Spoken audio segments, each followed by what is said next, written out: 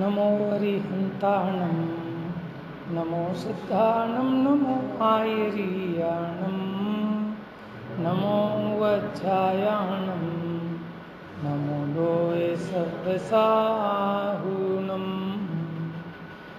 वन्दितु सर्वसिद्धे ध्रुवमचलमणो वमं गतिं पत्ते वोच्छामि समयपाहुरे नमो सुधकेवली भणिदं नमः समयसाराय स्वानुभूत्या चकासते चित्स्वभावाय भावाय सर्वभावान्तरक्षिते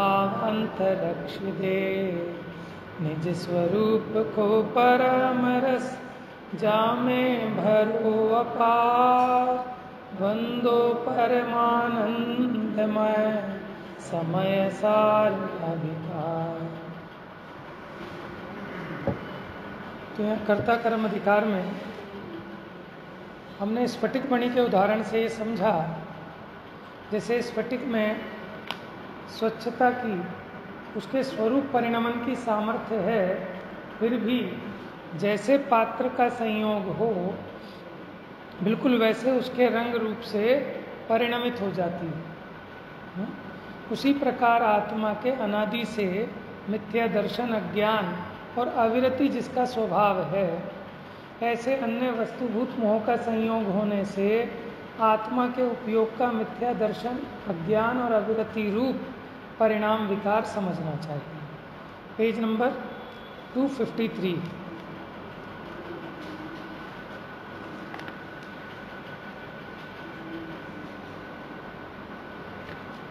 ये 90 नंबर की गाथा भी चली थी कल, अपनी गाथा पढ़ते हैं। अब आत्मा के 3 प्रकार के परिणाम विकार का कर्तृत्व बतलाते हैं कि अगर आत्मा करता है तो अपने 3 प्रकार के परिणाम विकार का करता है, मतलब कर्म का कर्ता नहीं है, पर द्रव्य का कर्ता आत्मा नहीं है। एदे सुयौ तिवि हो शुद्धो निरंजनो भावो जम सो करे दिभावम गो तस्य सो कत्ता। इससे ही है उपयोग त्रैवित शुद्ध निर्मल, जो भाव कुछ भी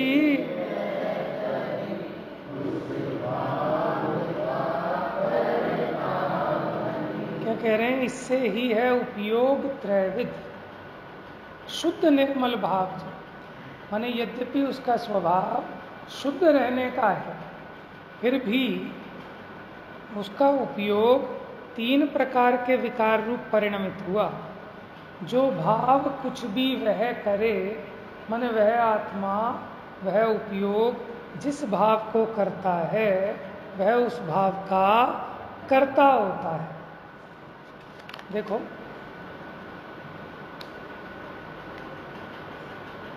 टीका देखो अगले पेज पर 256 पर यही चल रही थी ना। इस प्रकार अनादि से अन्य वस्तुभूत मोह के साथ संयुक्तता के कारण, ये कारण कौन सा लेना, निमित्त कारण की उपादान कारण। देखो इसी प्रकार अनादि से अन्य वस्तुभूत मोह के साथ संयुक्तता माने संयोग के कारण, निमित्त कारण है, क्योंकि अन्य वस्तुभूत यानी वो परद्रव्य रूप मोह कर्म का उदय, उसके साथ अपना संबंध संयोग कब से कब तक रहेगा, ठीक है ना। जब तक ये जीव ऐसा मानता रहेगा कि मैं कर्म हूँ, मैं नो कर्म हूँ, ये हमारे हैं सभी, ये मान्यता जब तक रहे तब तक यह अज्ञानी रहेगा। तो उस मोह कर्म के संयोग के कारण अपने में उत्पन्न होने वाले जो ये 3 मिथ्या दर्शन, अज्ञान, अविरति भाव रूप परिणाम विकार हैं,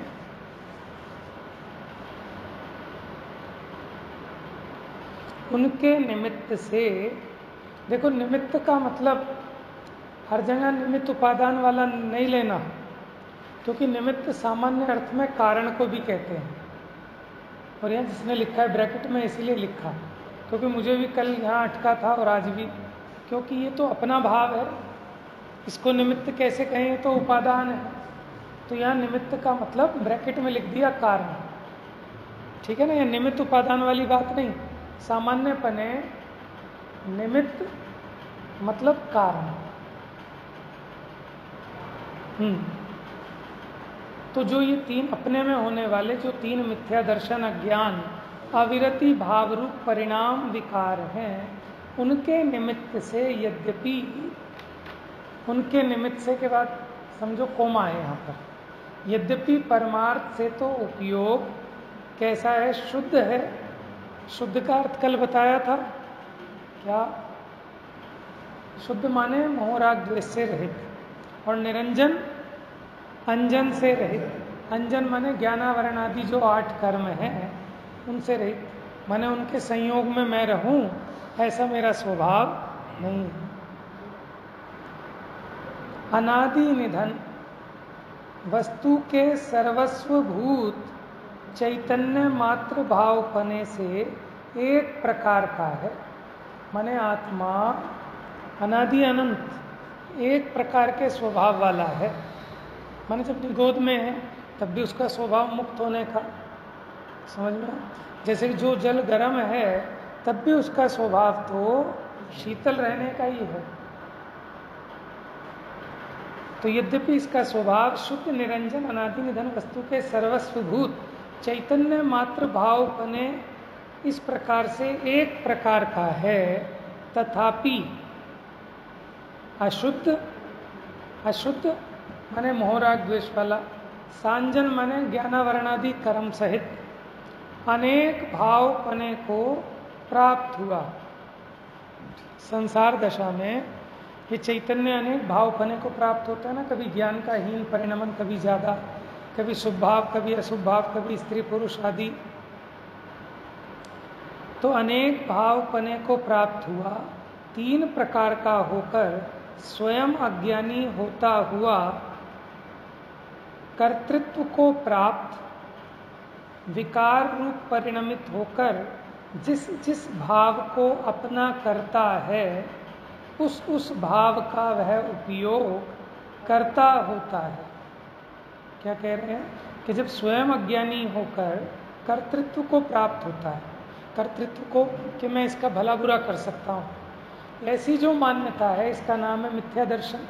यानी अपने में मिथ्या दर्शन अज्ञान रूप परिणमित हुआ, ऐसा विकार रूप परिणमित होकर जिस जिस भाव को अपना करता है उस भाव का वह उपयोग करता होता है। देखो संस्कृत टीका में क्या लिखा है ऊपर, सबसे लास्ट की लाइन संस्कृत की, यम यम भाव मात्मनः करोति, जिन जिन भावों को यह आत्मा करता है तस्य तस्य किलो उपयोग करता स्यात्, उसका वास्तव में ये उपयोग करता है। यानी अपने जिस भाव को ये आत्मा करता है ये अपने उस भाव का करता होता है। यही बात गाथा में भी थी।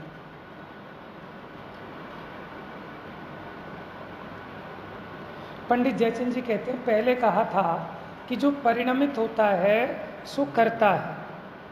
यहाँ अज्ञान रूप होकर कौन परिणमित हुआ? उपयोग परिणमित हुआ। इसलिए जिस भाव रूप वह परिणमित हुआ, किस भाव रूप हुआ? मिथ्या दर्शन, अज्ञान और अविरति रूप। तो ये भाव तो हो गए मेरे कर्म, और इस रूप कौन परिणमित हुआ? कि मैं परिणमित हुआ, यानी उपयोग परिणमित हुआ। तो मैं हो गया कर्ता और ये विकारी भाव मेरे कर्म। लेकिन ये ध्यान रखना, ये जो कर्ता कर्म की प्रवृत्ति है, ठीक है, ये कैसी है कि उपादेय है, ये छोड़ने लायक है, ठीक है ना। तो कौन से कर्ता कर्म की प्रवृत्ति उपादेय है? कि ये सम्यक दर्शन ज्ञान चारित्र रूप परिणाम का कर्ता होए और ऐसे भाव रूप परिणमित हो, ये भाव उपादेय है। इस प्रकार उपयोग को कर्ता जानना चाहिए। यद्यपि शुद्ध द्रव्यार्थिक नय से आत्मा कर्ता नहीं है। कर्ता क्यों नहीं है? क्योंकि शुद्ध द्रव्यार्थिक नय वस्तु में कोई भेद नहीं डालता, कि कर्ता कर्म का भेद नहीं खड़ा करता। समझ में? जैसे हम कहें दीवार किसकी है, कि दीवार दीवार की है, तो ऐसा जो भेद है ये आपने उस द्रव्य में ऐसे दो भेद खड़े कर दिए कि ऐसी कौन सी दीवार है कि जिसको ये दीवार, जिसकी ये दीवार है। तो ऐसा जो भेद खड़ा किया, गुणगुनी का भेद हो, कर्ता कर्म का हो, विशेषण विशेष्य का हो, ऐसा कोई भी भेद देखे तो वो अशुद्ध द्रव्यार्थिक नय है। और शुद्ध द्रव्यार्थिक नय से तो भेद नजर ही नहीं आता, तो फिर कर्ता कर्म पना कैसे दिखाई देगा? इस प्रकार शुद्ध द्रव्यार्थिक नय से आत्मा कर्ता नहीं है। क्यों नहीं है? क्योंकि वहां भेद दिखाई नहीं देता। हम भेद देखें तभी कर्ता कर्मपना हो सकता है। जैसे सोने ने अंगूठी को बनाया कि सुनार ने अंगूठी को बनाया। अंगूठी को सोने ने बनाया कि सुनार ने बनाया। देखो कितना बढ़िया उत्तर मिल रहा है, मजा आ गया। ये अनेकांत निरूपण है। जिनवाणी की पद्धति ऐसे अनेकांत निरूपण की है कि दोनों ही बातें सच्ची हैं, झूठी कोई नहीं है। कि कुम्हार ने जिस अपेक्षा बनाया उस अपेक्षा सच्चा है, क्योंकि उसे कुम्हार ने नहीं बनाया, लुहार ने नहीं बनाया, डॉक्टर ने नहीं बनाया। किसने बनाया? सुनार। क्योंकि उसी की सन्निधि में उसका योग उपयोग उसमें निमित्त है, इसलिए निमित्त अपेक्षा कुम्हार ने बनाया। समझ गए? अपेक्षा आपके ज्ञान में क्लियर होनी चाहिए, क्योंकि उसका योग भी लगा और उसका उपयोग भी लगा, इसलिए उसको कर्ता कहने का व्यवहार है। और इससे इतनी बातों से आप बच जाते हो कि आपको अगर सोने का कुछ बनवाना है तो आप लुहार के, कुम्हार के, डॉक्टर के, इन दुकानों पर भटकने से बच जाओगे। सीधा कहाँ जाओगे? सुनार के पास। लेकिन आपको ये भी ख्याल में है कि जब तक सोना नहीं दूंगा तो सुनार क्या करेगा? और ये भी आपको बराबर ख्याल में है कि जब सोने का ही बनना है तो सुनार की क्या ज़रूरत? ऐसा तो कोई नहीं सोचता ना। तो इसे ही कहते हैं निमित्त उपादान का यथार्थ सम्यक ज्ञान। समझ में? ऐसा हट थोड़ी करते हैं कि जब बनना ही सोने से है, सुनार से बनना ही नहीं, तो क्या फ़ायदा 5% उसको देने का? तो अपने आप नहीं बनेगा तो क्या सुनार बनाएगा? तो नहीं, वो भी नहीं बनाएगा।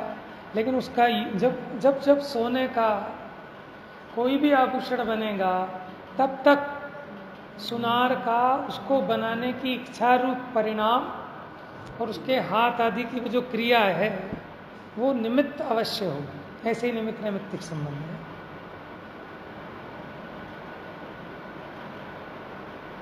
तो इससे क्या होता है कि भटकना बच जाता है। जैसे आपको ये पता है कि जब भी किसी चीज़ को सम्यक दर्शन होगा तो देव शास्त्र गुरु की माने उसमें निमित्त होंगे। देव शास्त्र गुरु के श्रद्धान को सम्यक दर्शन लिखा ना, इसलिए कि जब भी सम्यक दर्शन होगा तो देव शास्त्र गुरु उसमें निमित्त होंगे। तो क्या देव शास्त्र गुरु करा देंगे कि नहीं कराएंगे? लेकिन ये बताना है कि कुगुरु कुदेव कुशास्त्र उसमें निमित्त भी नहीं होते, तो इधर उधर भटकने से कोई लाभ नहीं। कि तुझे जो चाहिए वो इस दुकान पर मिलेगा, तो कितना भटकना छूट गया। नहीं तो हजारों दुकानें मार्केट में सब पे जाते, भैया मुझे कुंडल बनवाना था, भैया मुझे कुंडल, तो कितनी माने वो बच गई। तो व्यवहार का सही ज्ञान करने से गृहीत मिथ्यात्व से बचा जाता है और परमार्थ का सही ज्ञान होने से अग्रहीत मिथ्यात्व से बच पाता है। समझ में है? तो इसलिए खोटे गुरुदेव शास्त्र, चौराया पूजना, पीपल पूजना, ये सब छूट गया ना जब ये पता चला कि इसके असली निमित्त कौन है। तो इसलिए ज्ञान यथार्थ होगा तो श्रद्धा भी ऑटोमेटिक यथार्थ होगी, क्योंकि श्रद्धा ज्ञान का ही अनुसरण करती है। जैसा आपके ज्ञान में जाना जाता है वैसे ही आप मानने लगते हैं, ठीक है ना। भले ही धीरे धीरे धीरे धीरे वो श्रद्धा पलटने लगती है। समझ में आया? जो माँ का आज्ञाकारी पुत्र, अब उसका विवाह हुआ अब एक दिन उसके चोट लगती है, 2 दिन, 3 दिन, 4 दिन, 5 दिन, तो करत करत अभ्यास के जड़मती होत सुजा। तो पहले तो बुद्धू था, मम्मी का बेटा था, अब उसके डेली डेली जब समझाया जाता है, डेली डेली उसके ज्ञान को पलटा जाता है, वैसे ही वैसा उसको दिखने लगता है, तो फिर उसकी श्रद्धा भी पलटने लगती है। समझ में आया? तो ज्ञान का ही अनुसरण करता है श्रद्धान और चारित्र। देखो, जैसे श्रद्धा रूपी बहन के विवाह के लिए वो श्रद्धा अपना वर नहीं ढूंढेगी, उसका जो भाई है ज्ञान, वही वर का निर्णय करेगा कि ये सही है कि गलत है। तो बहन क्या करेगी? बहन कुछ नहीं करेगी, भाई ने जो निर्णय किया बस वो वहीं समर्पण करेगी। श्रद्धा का काम समर्पण करना है, लेकिन कहाँ करेगी?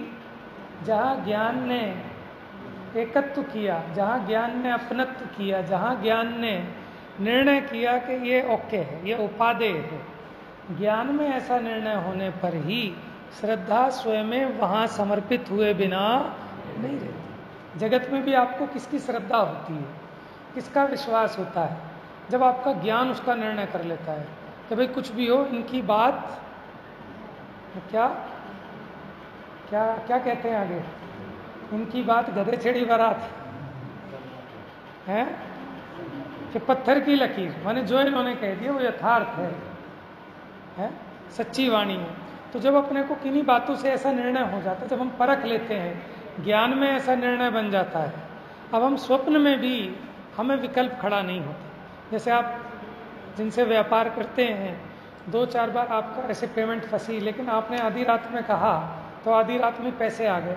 अब आपके ज्ञान ने निर्णय कर लिया कि भाई ये व्यक्ति खरा है। समझ में आया? कई बार आपसे भूल चूक भी हो गई, आपको लेने थे 2 लाख, ख्याल में रहे 1 लाख, तो भी बंदे ने कहा नहीं भाई साहब 2 लाख थे, 1 लाख वहाँ उस टाइम के थे। तो इन बातों से आपके ज्ञान में क्या निर्णय बना?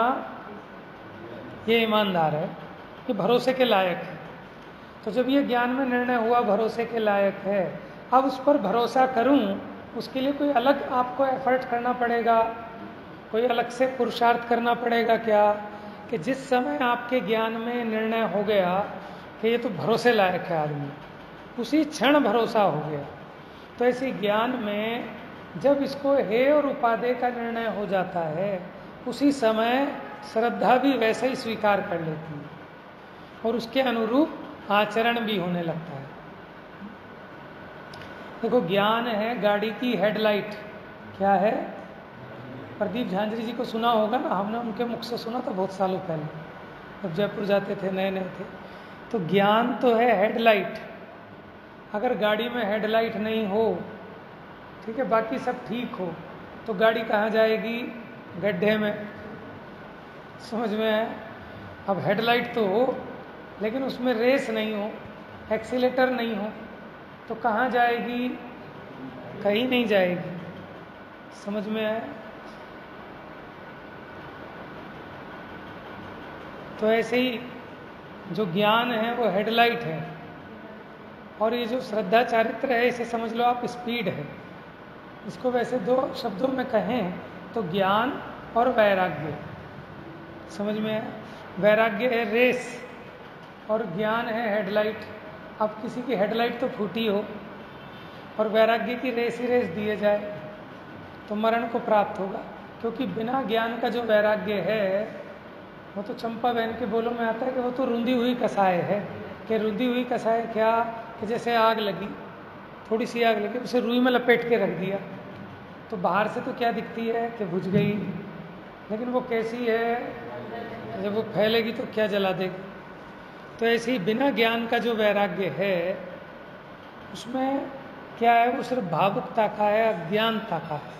जैसे रुई लपेटी आग, कि अभी वो बस थोड़ी देर के लिए दबा हुआ है, और जब फटेगा तो बहुत बुरा हाल करेगा। और किसी के ज्ञान हो, वैराग्य ना हो, तो उसको मोक्ष मार्ग में एक भी कदम आगे ही नहीं बढ़ेगा। जैसे वो लंगड़ा और अंधे की कहानी आती है ना, एक जंगल में एक अंधा और लंगड़े फंस गए।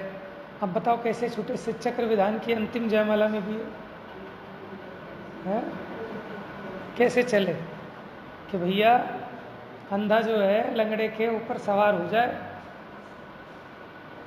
है यही है ना? अंधा लंगड़े के ऊपर सवार नहीं हो जाए, लंगड़ा अंधे के ऊपर सवार हो जाए। समझ में है? तो वो तो आँख उसे दिखता है, वो रास्ता बताएगा और पैर वाला चलेगा तो काम बन जाएगा। ठीक है, तो हम तो यहाँ कह रहे हैं कि आपने कुछ नहीं करना, सारा निर्णय ज्ञान में ही होना है। पूरा मोक्ष मार्ग ज्ञान में है, संसार मार्ग भी ज्ञान में है। तो ये ज्ञान अज्ञान रूप हो रहा है। जब ये ज्ञान सही निर्णय कर लेगा वस्तु स्वरूप का, भले बुरे का, हे उपादेय का, तो श्रद्धा उसी क्षण पलट जाएगी। श्रद्धा के लिए अलग से कुछ भी मेहनत, क्योंकि बिन जाने ते दोष गुणन को कैसे तजिए गहिए। समझ में? बिना जाने आप कैसे दोषों को छोड़ेंगे? हम आपको लाख समझा, भैया बाजार का आटा मत खाओ, बाजार का आटा मत खाओ, लेकिन नहीं छूटता, कितनी कोशिश कर लो। ठीक है, लेकिन हमने एक दिन आपको ले जाके दिखा दिया चक्की पे कि देखो भाई साहब जो गेहूँ पीस रहे हैं, देखो कैसा गेहूँ है, सब में छेक दिखाई दे रहे हैं कि हाँ। थोड़ा सा हमने उसको कुरेद के दिखाया, उसमें से क्या निकला? सुरसुली निकली या जीव निकला, और वो सारे धड़ाधड़ पिस रहे हैं। क्यों? वो क्यों लगाएंगे एमपी वाला गेहूँ? माने गेहूँ तो आ रहा है 35 रुपये किलो और आटा मिल रहा है 20 रुपये किलो, तो इतनी तो सामान्य विवेक होना चाहिए, कहाँ से कैसे मिलेगा। ठीक है, दूध आ रहा है 70-80 रुपये किलो और घी मिल रहा है 400-500 रुपये किलो। अब वो घी है कि क्या है? नहीं आई बात समझ में? मिल सकता है 500 रुपये किलो घी, वो भी गाय का, जिसमें से कि है। तो क्या कह रहे थे हम? ये उदाहरण किस बात पे दे रहे थे कि ज्ञान में निर्णय करना है, इस बात पे दे रहे थे ना। ज्ञान हुआ तो बैराग। हाँ, चक्की पे ले गए थे ना, वहाँ से फिर हम घी की दुकान पे पहुँच गए। तो आपने अगर एक दिन देख लिया अपने सामने कि क्या पिस रहे हैं, अब बताओ कि ये जो अभक्ष्य है, ये खाने योग्य नहीं है, इसको मैं नहीं खाऊंगा, इसके लिए टाइम लगेगा? टाइम नहीं लगेगा। उसी क्षण, जिस क्षण आपके ज्ञान में निर्णय हुआ, उसी क्षण आपको वैराग्य हो जाता है। उसी समय श्रद्धा भी हो गई, भैया ये तो अभक्ष्य, और उसी समय आचरण भी हो गया। अब खाना स्वयं में छूट जाएगा, नहीं तो कितनी कोशिश करते रहो। एक सुनाया था ना, एक पिताजी ने मरते मरते बेटे के नाम वसीयत की, तो उस वसीयत में उसे 2-4 शिक्षाएं भी लिख के दी। क्या लिख के दी? कि बेटे अगर कभी शराब पीने का मन हो जाए, पहले तो पियो मत, और ना रहा जाए, क्या अगर ना रहा जाए तो जहाँ बनती है वहाँ से ला के पियो, दुकान से मत लाइयो, जहाँ बनती है वहाँ से जाके लाइयो। दूसरा क्या लिखा? कि पहले तो बाजार की मिठाई खाइयो मत, और फिर भी ना रहा जाए तो जहाँ वो अपने गोदाम में बनाता है ना, वहाँ से जाके लाइयो। एक शिक्षा और दे दी उसे कि कभी अगर वैश्या के घर जाना पड़े, जाने का मन हो, तो पहले तो जाइयो मत, और अगर जाना हो तो दिन के समय जाइयो, सुबह के समय जाइयो। मैंने कहा ठीक है जी। तो अब क्या हुआ कि जब उसका मदिरा का ज़्यादा ही मन हुआ, तो जहाँ मदिरा बन रही थी, अब वहाँ उसने देखा ऐसी गंदी सड़ैंत, नाली में से भी क्या आएगी, क्योंकि वो जब जितनी सड़ेगी, माने आप ये समझो कि जितने सब्जी मंडियों के सड़े हुए जो पड़े रहते हैं ना, जैसे आलू सड़ गए, कुछ सड़ गया, या जो फ्रूट मंडी होती है वहाँ जितने वो पैरों में इधर उधर सड़ गए, गल गए, वो सब इकट्ठा करके एक टैंकर में डाल दिए, और जब तक वो खूब उसमें लटे और गिल्लियाँ पड़ जाएंगी, मैंने साइंस की भाषा में उसको कहते हैं फर्मेंटेशन हो जाएगा उसका। समझ में है? अब उसमें फिर प्रक्रिया करेंगे, उसे उबालेंगे, पकाएंगे, और फिर उसकी जो भाप इकट्ठी होगी उसे दूसरे उस बर्तन में इकट्ठा कर लेंगे, उससे जाके वो मदिरा बनती है। और जब उसने ये हाल देखा, उसे वहीं उल्टी आ गई। अब बताओ उसे मदिरा अब कभी पीने का भाव आएगा क्या? कि जब सच्चे ज्ञान में निर्णय हुआ तो तुरंत उसकी श्रद्धा भी और आचरण भी पलट गया कि नहीं। ऐसी हलवाई की दुकान पे अब सजे हुए मिठाइयाँ तो बड़ी अच्छी लगती हैं, और जब वे काले पीले नीले जो 10-10 दिन नहीं नहाते, ऐसे गंदे, उनके कपड़े ही देख लो, उनमें से बदबू ऐसी मारती है, वो लेटरिन जाते हैं, समझ में नहीं आता कहाँ से कौन सा डब्बा ले लिया उन्होंने, क्या कर लिया। आप अपने घर पे लगाओ कभी हलवाई, कितनी चौकीदारी रख लेना उनकी, आपको समझ में ही नहीं आएगा भैया कौन सा डब्बा किस चीज़ का कहाँ का क्या किया क्या नहीं किया। आप कितने ही खड़े रहना छन्ने लेकर भैया छान के वो 1 मिनट में सारा कर जाएंगे काम। आदत है ना उसकी, जिसके भीतर में दया नहीं है आप उससे कितना ही करा लो उस पर होगा ही नहीं, जीव दया पलेगी नहीं। वो तो नोटों के लालच में हाँ भर देते हैं कि हाँ सेठ जी बिल्कुल छान के कर देंगे, बिल्कुल शुद्ध का बना देंगे, लेकिन जब तक चित्त में दया नहीं है तो काम हो ही नहीं सकता। समझ में आया? तो अब जब उसने देखा कि क्या हालत हो रही, हम जहाँ रहते थे हलवाई का मकान था और दिवाली से 1 महीना पहले भट्टी लग जाती थी, तो वहाँ बढ़िया बढ़िया रसगुल्ले बन रहे, ये बन रहा है, वो बन रहा है। अच्छा इसकी एक बात और है कि जब तैयार हो जाते हैं तब तो मारती है खुशबू, क्या इसमें केवड़ा डालते हैं, क्या क्या चीज़ें डालते हैं, और जब ये बन रही होती है ना तो बड़ी गंदी स्मेल आती है उसकी।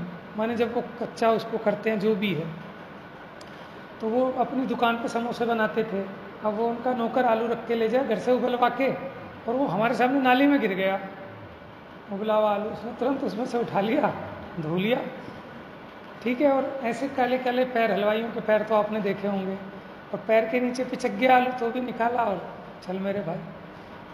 छत के ऊपर वो सफ़ेद वाले रसगुल्ले बने और वो ड्रम में रखे, और जीने खुले होते थे पहले, ऐसे ही फ्लैट सिस्टम तो था नहीं, और कुत्ता चढ़ गया और पूरी उसमें हंडिया में उसको भिगोने में पूरा मुंह मार दिया। तो सेठ जी क्या करेंगे, फेंकेंगे कि इतना बड़ा भिगोना कहाँ जाएगा, शोकेस में सच के क्या पता चल रहा है। समझ में आया? अब जब ये चीज़ देख लेंगे तो बताओ अलग से श्रद्धा करनी पड़ेगी कि खाने लायक नहीं है, अलग से आपको आचरण करना पड़ेगा। तो ज्ञान में कितनी सामर्थ्य है, लेकिन सामर्थ्य है उस निर्णय की, उसका निर्णय यथार्थ होना चाहिए। ऐसी जब वो वैश्या के यहाँ गया, वो सुबह के टाइम गया तो गलत टाइम है, सुबह के टाइम कोई शराबी इधर पड़ा है, कोई उधर पड़ा है, लुढ़का हुआ, सब उजड़ा पड़ा है, ठीक है ना, किसी की कोई होश नहीं है, कोई श्रृंगार नहीं, हार नहीं, कुछ नहीं, तो भूतनी लग रही है। तो उसको देख के उसका मन विरक्त हो गया। समझ में आया? तो कहना क्या है, हमने उदाहरण इसलिए दिए थे कि सारा का सारा पुरुषार्थ, सारा खेल ज्ञान का है। जब ज्ञान में जैसा निर्णय बनता है उसी रूप आपकी श्रद्धा होती है। समझ में आया? देखो आपको ख्याल में, मान लो आपने मुझे बुलाया कि भैया मेरी दुकान पे आओ, मैं गया तो मैंने दुकान देखी, मैंने कहा बढ़िया, एक ग्राहक आया 2 लाख रुपए का माल ले गया। हमने पूछा भाई साहब कितने बचा लिए? तो भाई साहब 30,000 रुपये बच गए इसमें। तो बढ़िया यार, लोगों की 1 महीने की तनख्वाह होती है 30,000 रुपये, और इन्होंने 10 मिनट में, हाँ जी बाबू जी क्या माल, इतना इतना इतना इतना, ठीक है लो बिल बनाया, 30,000 रुपये आ गए। अब हमें जब ये बात जच गई, समझ में आया, तो उसी समय हमें श्रद्धा हो गई कि भैया काम तो यही करना है। भले वो काम करने में थोड़ा बहुत टाइम लगे अलग बात है, लेकिन श्रद्धा हो गई कि नहीं हो गई कि नौकरी पोकरी बेकार, हम तो अपना भी गांधीनगर में धंधा करेंगे। समझ में आया? भले ही बर्बाद हो जाए वो अलग बात है क्योंकि इसको एक ख्याल नहीं है कि भैया वो गारमेंट्स की वजह से नहीं कमा रहा, वो अपने पुण्य की वजह से कमा रहा है। समझ में? हमें क्या लगता है कि इसमें बड़ा कमाई है, जो जिसका काम देख ले कि भाई साहब का अच्छा ये तो प्लास्टिक दाने का काम है, इसमें तो सारे विश्वास नगर वाले यही काम करके सेठिया बने। हमारे शास्त्री पार्क में फेमस था चुन्नी का काम, ये जो माता की चुन्नियाँ बनती हैं, और जिसे देखो वही काम, जिसे देखो वही काम, और सब सेठ जी बन गए। माने जो पटरी लगाया करते थे सबके बारे नहीं आ रहे, पूरे साल मेहनत करें और एक सीजन में सब कमा जाए, इतने माल की खमत चांदनी चौक की। तो अब जो देखे वो यही काम कर ले, तो सारी थोड़ी ना करोड़पति हो जाते हैं, कुछ तो अपने घर की पूंजी भी खोके बैठ जाते हैं। तो बात इस चीज़ की है कि आपको करना क्या है कि बस अपने ज्ञान में निर्णय बराबर करना है, सही और गलत की सही समझ करनी है, ठीक है ना। देखो इसीलिए हम ये शास्त्र पढ़ते हैं कि हम बार बार इसको पढ़ेंगे तो हमारे ज्ञान में कुछ तो आएगा। तो जितना जितना आता है उतना उतना धीरे धीरे अपनी श्रद्धा में भी परिवर्तन आने लगता है। कोई एक दिन में ही कुछ नहीं पलट जाता। तो मैंने उदाहरण दिया, जो अभी आज शादी हुई, आज अगर वो बहू कहेगी ना कि तुम्हारे माँ बाप तो झूठे हैं, तो वो एक देगा। क्यों? कि अभी ऐसे नहीं। हाँ, अब अगर आप 2 साल बाद ठीक है, तो अब क्या हुआ, उसके कैसे पलट गया कि धीरे धीरे धीरे धीरे धीरे धीरे तो हम रोजारी चलाएंगे थोड़ी थोड़ी थोड़ी थोड़ी, तो क्या होगा कि फिर तो ये कमज़ोर पड़ेगा ही। ऐसे ही अगर हम रोज अभ्यास करेंगे जिनवाणी का, माने सम्यक तत्व का, यहाँ से बाहर निकल के तो सब झूठ है। जिनवाणी के सामने हम सच बोलते हैं और सुनते हैं, बाकी तो इसके बाहर निकल के जितना कुछ भी कह रहे हैं कि भाई साहब और तबीयत कैसी है, ठीक हो, हाँ उसकी दवाई ली थी अब फिट हो, ये सब क्या है, कपोल कल्पना है। इससे अपने सुख का क्या संबंध है। तो भाई साहब आपकी दुकान में सील लग गई थी, क्या हुआ उसका, फैक्ट्री खुल गई आपकी, कि हाँ साहब खुल गई अब तो, अच्छा है, तो बहुत बढ़िया, बहुत खुशी की बात है। तो ये सब तो झूठ है। जिनवाणी के सामने ही तो इसको सच सुनने की ताकत होती है और कहने की ताकत होती है। नहीं तो बाहर जीव की कसाई इतनी तीव्र है, ना तो कहने वाला कह सकता और ना सुनने वाला सुन सकता। तो जब ऐसी सच्ची बात रोज रोज सुनते हैं और इसका बराबर निर्णय करते हैं, हम ये नहीं कह रहे कि घर जाके करो ही करो, यहाँ जो हमारे पास 1 घंटा है, इसी में अगर हम उपयोग की एकाग्रता करके, क्योंकि निर्णय के लिए कोई अलग से बहुत टाइम नहीं चाहिए, माने वो तो साथ साथ चलता है। जब आप सुनते हैं तुरंत बुद्धि घूमती है। हमने बस आधे घंटे आपके यहाँ बैठे और चाय पी, इतने में पूरी इसने फैक्ट्री खोलने का और दुकान खोलने का सारा डिसीजन ले लेता है। समझ में आया, ले लेता है कि नहीं ले लेता। ऐसे ही आधे घंटे पौने घंटे जो भी हम जिनवाणी पढ़ें, शास्त्र सुने, उसी बीच में उसको अगर एकाग्रता से सुने और अपने उपयोग में उसका निर्णय करते जाएं बराबर, संशय और अनध्यवसाय को छोड़कर, तो अपनी श्रद्धा डेफिनेटली पलटती है। ठीक है ना। तो यहाँ वही कह रहे हैं,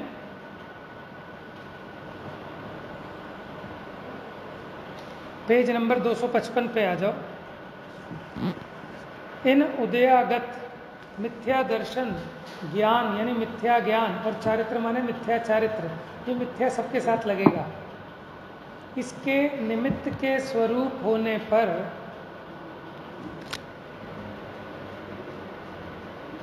ज्ञानोपयोग दर्शनोपयोग लक्षण के कारण उपयोग आत्मा है। देखो,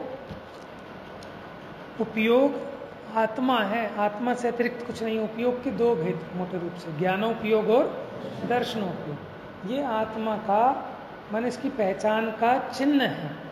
तो ज्ञान दर्शन कहो, उपयोग कहो, यही आत्मा है। कृष्ण नील पीत 3 प्रकार की उपाधि से परिणत आत्मा स्फटिक के समान 3 प्रकार का है। जैसे काले कपड़े पे रखें, तमाल के पुष्प रखें उसके पास, तो वो काले रंग का दिखेगा स्फटिक मणि। केले का रखें पत्ता तो वो पीला दिखेगा। और क्या था, सोने का पात्र रखें, सोने का पात्र रखें तो पीला दिखेगा, और केले का हरा हरा दिखेगा। उसके संयोग से दिखेगा क्या, उस समय वो स्फटिक मणि काला, हरा और पीले रूप परिणमित हुआ। उसी प्रकार ये आत्मा कर्म के उदय के संयोग में मिथ्या दर्शन अज्ञान आदि रूप परिणमित हुआ। परमार्थ से रागादि भाव कर्म रहित शुद्ध है। देखो, शुद्ध का बता दिया ना। शुद्ध माने क्या, कि जो रागादि भाव कर्म है इनसे रहित, इसका नाम शुद्ध, परमार्थ से। निरंजन ज्ञानावरणादि द्रव्य कर्म, इसको कहते हैं अंजन। अंजन माने क्या होता है, कालिमा। इनसे रहित निरंजन। आपने सुना होगा अलख निरंजन, सुना है? अलख निरंजन क्या मतलब है इसका? है माने अरे देख, निरंजन को देख, कि जो आत्मा कालिमा से रहित है उसे देख, लख। समझ में? अलख निरंजन, सच्चिदानंद स्वरूप, सत चिद आनंद। तो पहली जो समय सार का कलश है वो है चित स्वभावाय भावाय, ये है सच्चिदानंद। और राधा स्वामी वाले सत्संग वाले वो स्कूटर पे लिखे रहते थे कि सच्चिदानंद, ये लिखते थे ना, सच्चिदानंद कीजिए, और राधा स्वामी सच्चिदानंद। तो सच्चिदानंद मतलब है सत्य चित्त आनंद। सत यानी भावाय, चित्त माने चित्त स्वभावाय, आनंद यानी सुख।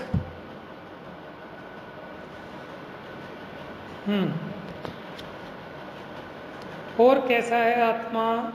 भाव या पदार्थ अखंड एक प्रतिभासमय ज्ञान स्वभाव से एक प्रकार होने पर भी। आत्मा तो ज्ञान स्वरूप है, चैतन्य स्वरूप है, एक प्रकार का है।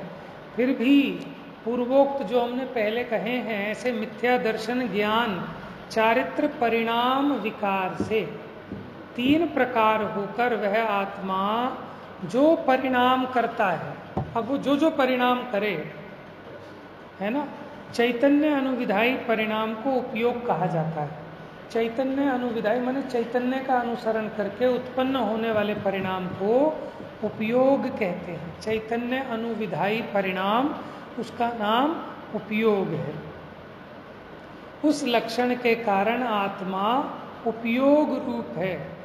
निर्विकार स्वसंवेदन ज्ञान परिणाम से पतित होता हुआ, माने स्वभाव कैसा है इसका कि निर्विकार, निरंजन, शुद्ध, है ना, कैसा ज्ञान परिणाम रूप रहे, लेकिन उससे पतित होता हुआ। कब से पतित हुआ है ये? अनादि से ही है। उन्हीं मिथ्यात्वादी त्रिविध 3 प्रकार के परिणाम का करता है, परंतु द्रव्य कर्म का कर्ता नहीं है। तो एक कर्ता कर्म में भेद ज्ञान की बात चल रही है। यानी जीव किसका करता है? अपने भाव का करता है। पुद्गल के भाव का करता, तो पुद्गल के भाव को कौन करता है? समझ में आया? तो ऐसा इसका भाव है। बस ये गाथा पढ़ते हैं। आपकी घड़ी में कितने बजे है? 9 बज गए ना? ये 5 मिनट आगे, मेरी 5 मिनट पीछे है। चलो गाथा पढ़ते हैं बस। अब ये कहते हैं कि जब आत्मा के 3 प्रकार के परिणाम विकार का कर्तृत्व होता है, तब पुद्गल द्रव्य अपने आप ही कर्म रूप परिणमित होता है। माने आत्मा कर्मों को नहीं बांधता, लेकिन ऐसा निमित्त नैमित्तिक संबंध है। जब ये आत्मा मिथ्या दर्शन, अज्ञान, अविरति रूप परिणमित होता है, तो आत्मा का ये परिणाम, वो पुद्गल स्वयमेव कर्म रूप परिणमित हो, इनमें अनुकूल पड़ता है। यानी आत्मा का ये परिणाम उस कर्म बंध में निमित्त होता है। जम कुणदि भाव मादा कत्ता सोदितस्य भावस्य कम्मत्तम परिणम दे तम ही स्वयं पोगल दव्वम यम करोति भावमात्मा कर्ता संभवति तस्य भावस्य कर्मत्वं परिणमते तस्मिन् स्वयं पुद्गलं द्रव्यं जो भाव जीव करे स्वयं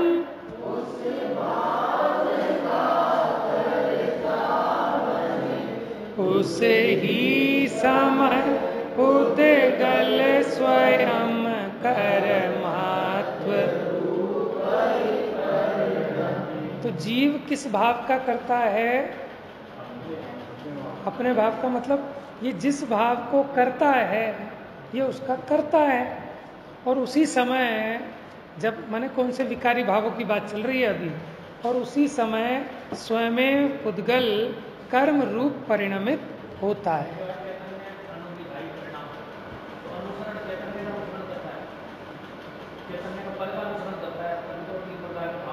देखो, अनुसरण का मतलब क्या है कि उस रूप कौन परिणमित हुआ है? मिथ्या दर्शन, अज्ञान, अविरति रूप जो परिणमित हुआ, वो उपयोग परिणमित हुआ है ना। और उपयोग जो है वो चैतन्य अनुविधायी है। तो वो उपयोग ही 3 प्रकार के, जैसे इसकी स्वच्छता, वही तो माने स्फटिक में नीले पीले आदि रूप हुआ, उसी प्रकार ये उपयोग की तरफ से समझा है। तो चैतन्य अनुविधायी परिणाम उपयोग है जीव का। मिथ्या